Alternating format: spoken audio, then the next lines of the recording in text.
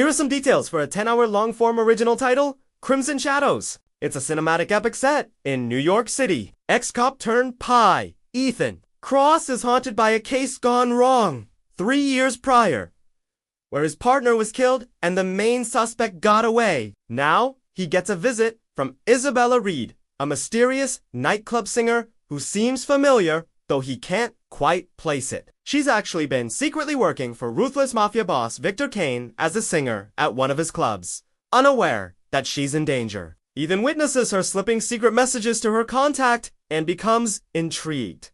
Later that night, she goes missing. When he follows her, he finds himself in the middle of a gang war and uncovers a conspiracy that runs deeper than he could have imagined. He teams up with Isabella, helping her escape her captor and unraveling a web of deceit and double crosses along the way. There are multiple fight scenes throughout the film. We opened with a brawl in a VIP lounge where Ethan fights off several of Victor's burly guards while she cowers in the shadows. Later, there's a neon-lit rooftop showdown where Ethan fights to knife-wielding assailants in the rain, breaking glass and sending sparks flying. And eventually, a warehouse shootout where the action is slowed down to show each bullet flying through the air before hitting its target. It's all very cinematic. As they work together, romance begins to blossom between Ethan and Isabella. There are a few small flirtatious dialogue exchanges early on, but soon they're almost caught by Victor's men. They steal small moments when they can get them.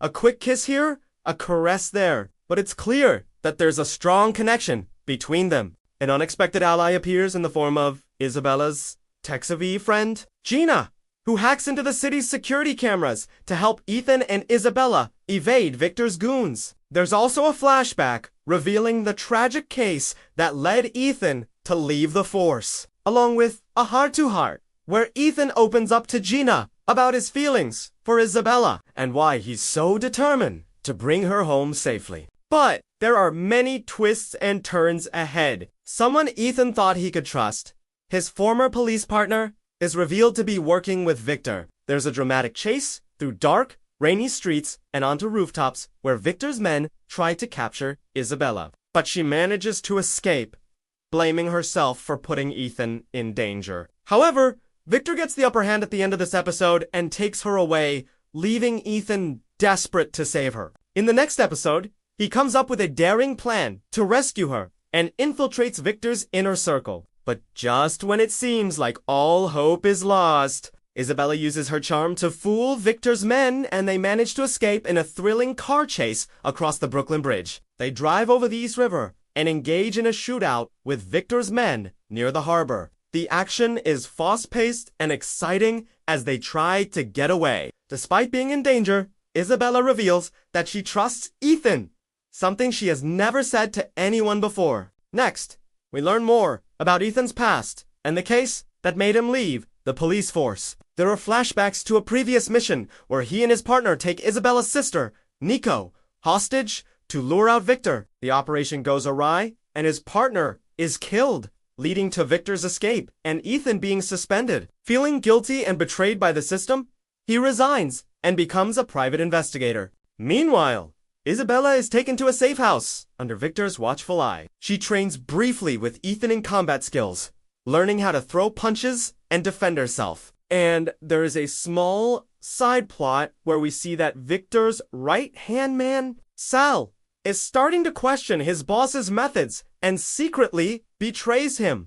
Later, Victor hosts a charity gala at his penthouse to disguise an arms deal taking place in the basement. Ethan and Isabella infiltrate the event, which feels like a mix of romance, action, and suspense. They dance together, share intimate moments, and gather intel on Victor's activities. But their cover is blown and they're forced to fight their way out of the ballroom. Chandeliers crash down around them and they barely escape with their lives as the room collapses. Despite being outnumbered and outgunned, Ethan and Isabella manage to escape and regroup. However, Victor survives the explosion and vows revenge, setting up a final showdown with Ethan. The film reaches its climax at Victor's heavily fortified skyscraper where he and Ethan face off in a brutal, emotional fight. The action is fast-paced and intense as they exchange blows and gunfire. Ethan fights to protect Isabella, who watches from afar with tears in her eyes. Just when it seems like Ethan will be killed,